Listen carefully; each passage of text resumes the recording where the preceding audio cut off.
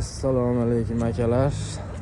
Bugun ikkinchi bor skuter sotishimiz. Variantga qilib beryapmiz. Xudo xolasa zontiklari bilan qilib berdik. Oyda boshidan to'lovga o'tadi akamiz. Xudo xolasa oyda boshidan to'lashni boshlaydi. Va akamiz ham o'zimiz hamshaharimiz 1 milliondan to'lashga beryapmiz. Qishda chang bosayotgandan beri o'rganimiz yaxshi deb berib o'ryapmiz. Uzoq viloyatlarga bermaymiz.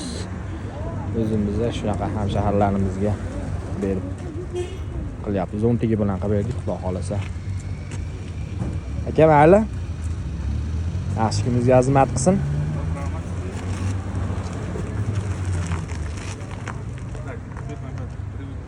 Nazat bor aka.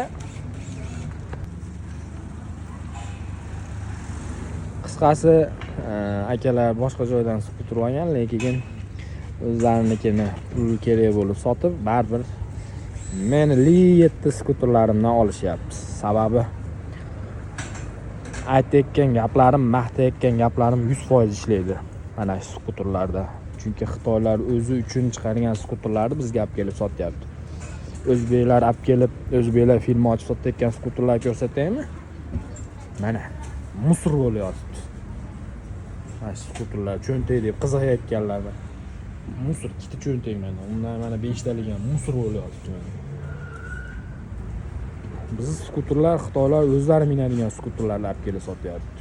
Chunki sifati deyarli 100% darajada.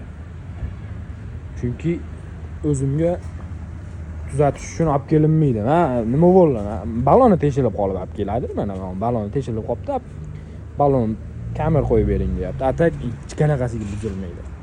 Xudo xolasa 100% javob kelaverasizlar. Andijon viloyat Xonobod shahri filialimiz. Raqamlarga telefon qilsalar ham bo'ladi.